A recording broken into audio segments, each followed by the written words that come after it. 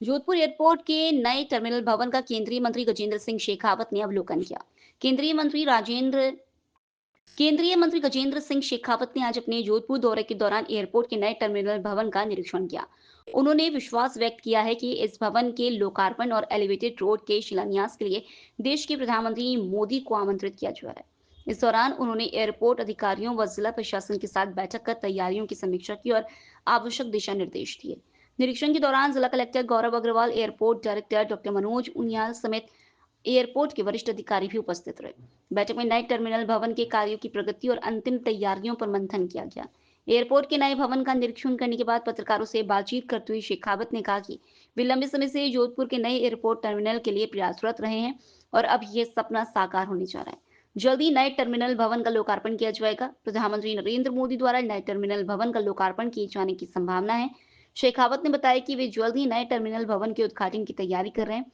हमारा लक्ष्य एक ऐसे टर्मिनल की सुविधा उपलब्ध कराना है जिसमें यात्रियों की सुविधाओं, तकनीकी उन्नयन और उड़ानों की संख्या बढ़ाई जा सके।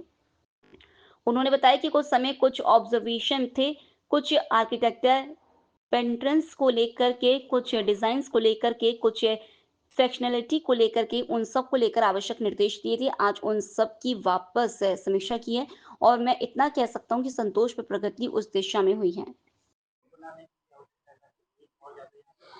देखिए, जोधपुर नैसर्गिक रूप से थार का मरुस्थल का गेटवे है, उसका सिंह द्वार है। जोधपुर का मेहरानगढ़ किला, जोधपुर का उमेद भवन पैलेस और पर्यटन से जुड़े हुए अन्य जोधपुर के आकर्षण, ये जोधपुर को बहुत चमक के साथ में विश्व के पर्यटन मानचित्र पर स्थापित करते हैं। जोधपुर में और अधिक पर्यटन की संभावनाएं बढ़े और उस दिशा में हम और आगे काम कर सकें, इसके लिए सतत राज्य सरकार के साथ संपर्क करके हम काम कर रहे हैं। और मैं ये मानता हूँ कि हमारी कनेक्टिविटी जो है वो टूरिज्म को सबसे बड़ा बूस्ट करती है। एक कनेक्टिविटी और दूसरी अर्थव्यवस्था, ये दोनों ही जो है जो कंडीशंस फेवर में है। तो मुझे लगता है कि जोधपुर का टूरिज्म भी आने वाले समय में और अधिक बढ़ेगा। बाजी होगी, अभी इंटरनेशनल एयरपोर्ट, अभी एक टर्मिनल बन जाए। इस टर्मिनल बिल्डिंग को इतना मैं कह सकता हूँ कि हमने इस तरह से डिज़ाइन किया था, जब डिज़ाइन करवाया था तभी इस बात को संज्ञान में रखा था कि आने वाले समय में जब कभी भी फिजिएबल हो तब हम इस टर्मिनल को तुरंत बिना किसी बड़े बदलाव की आवश्यकता के हम इसको इंटरनेशनल टर्मिनल, इंटरनेशनल एयरपोर्ट के रूप में तब्दील कर सकें। I think it depends upon the demand, उसके ऊपर निर्भर करता है। जब होगी तो उस दिशा में निश्चित काम। एयरलाइन ऑपरेटर हिंदुस्तान में सभी प्राइवेट कंपनीज हैं। मैं आपको बधाई देना चाहता हूँ, आपके माध्यम से बधाई देना चाहता हूँ। टाटा समूह की एयरलाइन एयर इंडिया एक्सप्रेस ने जोधपुर में इस विंटर शेड्यूल से अपना नया जो है ऑपरेशन प्रारंभ किया है। कुछ रूट्स पे उन्होंने काम करना शुरू किया है। मैं ये मानता हूँ कि एक बार ये टर्मिनल बिल्डिंग पूरी हो जाएगी और जब ट्रैफिक जिस तरह से बढ़ेगा उसके साथ साथ में यहाँ हवाई जहाज़ों के आवागमन, डिफरेंट कंपनीज के आने और नए रूट्स के ऊपर काम होने की दिशा में काम होगा। मैं ये ऐसा भरोसे के साथ में इसलिए कह सकता हूँ कि आज की तारीख में देश में कुल ऑपरेशनल जो डोमेस्टिक और हमारी जो ये बजट कंपनी जिस तरह के इंटरनेशनल एयरक्राफ्ट इंटरनेशनल रूट्स पे चलाती है, हमारे टोटल ऑपरेशनल एयरक्राफ्ट की संख्या 1000 से कम, पब्लिक प्राइवेट सब मिलाकर।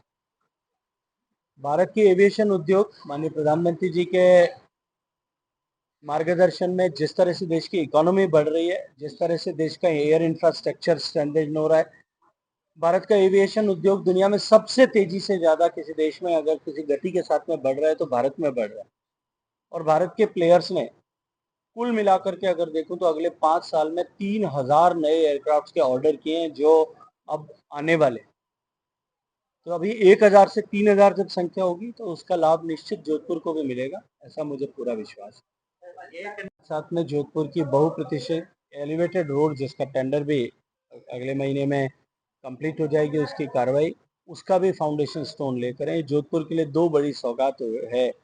मेरा प्रधानमंत्री जी से व्यक्तिगत रूप से भी अनुरोध रहेगा, मैं जाकर के खुद प्रार्थना करूंगा कि उनको स्वयं आकर के हमारे इन दो बड़े जोधपुर के विषयों को, जहां जोधपुर को इतनी बड़ी सौगात उन्होंने दो दी है, इनको जो है उद्घाटन अपने कर कमलों से वो करें, उद्घाटन और शिलान्यास। निश्चित ही जोधपुर वासी जो हैं उनका स्वागत करने के लिए, इन बड़ी सौगातों के लिए उन्होंने रिमोट से जोधपुर की जो रिंग रोड बनी 2000 करोड़ रुपए से ज़्यादा की लागत की, जो मुझे लगता है कि जोधपुर की एक लाइफलाइन के रूप में बनकर के उभरी है।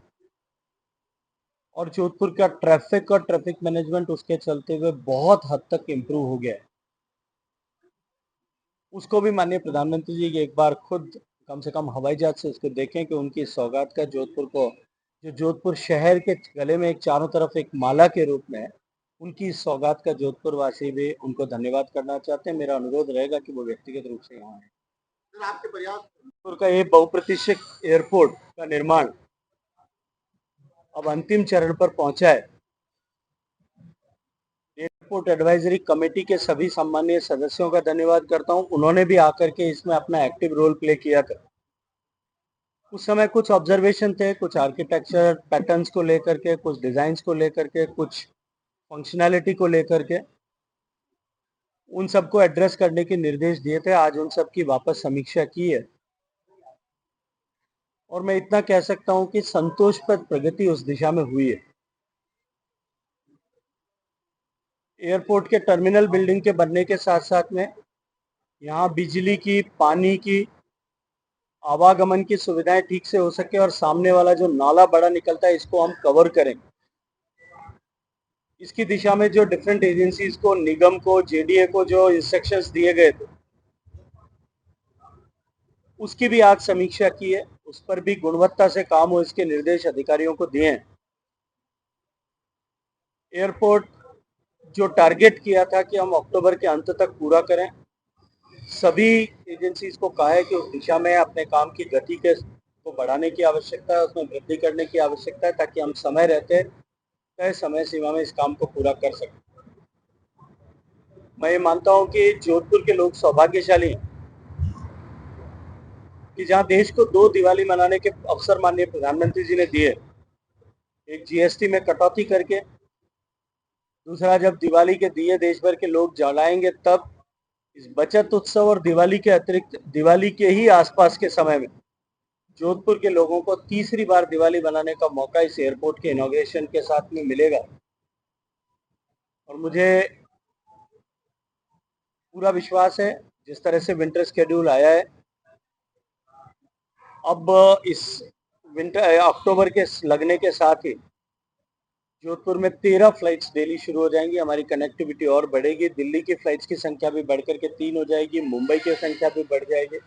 हमारी बेंगलोर के साथ, चेन्नई के साथ में और देश के अन्य बड़े शहरों के साथ में भी कनेक्टिविटी इसके बाद में सेटअप हो जाएगी। और टर्मिनल बिल्डिंग बनने के बाद में, डिमांड इंक्रीज होने के बाद में और भी अधिक जो है यहाँ हवाई जहाज आ सकें, इस दिशा में हम लोग निरंतर प्रयासरत हैं। मैं धन्यवाद करना चाहता हूँ राजस्थान सरकार के सम्मानीय मुख्यमंत्री भजनलाल जी का, कि मेरे आग्रह पर, मेरे सुझाव पर उन्होंने एक बहुत बड़ा निर्णय किया कि राजस्थान में, विशेष रूप से जोधपुर में, बीकानेर में, जैसलमेर में और किशनगढ़ पर यहाँ जो एयरक्राफ्ट आएंगे और जो यहाँ रिफ्यूलिंग करेंगे, यहाँ तेल भरा जाएगा, उसमें जो टैक्स लगता है, जो वैट लगता है, जो राजस्थान सरकार, राज्य सरकारों के अधीन आता है, उसमें एग्जेम्पशन किया है। और उसके कारण से एक बड़ी बचत एयरलाइंस को फ्यूल की कॉस्ट में लगभग 26-27% टैक्स होता है, उसमें मिलती है।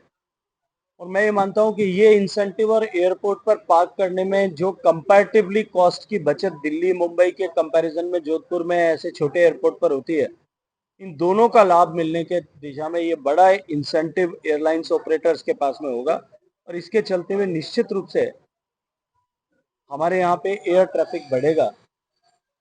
सुबह शाम की फ्लाइट दिल्ली के लिए और मुंबई के लिए अवेलेबल हो, इसके लिए भी प्रयास कर रहे हैं। माननीय मंत्री राम नायडू जी से इस विषय पर विस्तार से चर्चा हुई है। मुझे लगता है कि जोधपुर वासियों का ये मांग भी पूरी होगी, ये सपना भी साकार होगा। इस एयरपोर्ट की बिल्डिंग, टर्मिनल बिल्डिंग के बाहर की साज सज्जा को लेकर के कुछ छोटे छोटे विषय संज्ञान में आए थे, उनका निर्देश दिया है। कुछ विषयों को एड्रेस किया गया है, कुछ पर और काम बाकी है, चल रहा है। उनको ठीक से एड्रेस करने की दिशा में आज वापस निर्देश दिए हैं कि उनको शीघ्रता के साथ में पूरा किया जाए।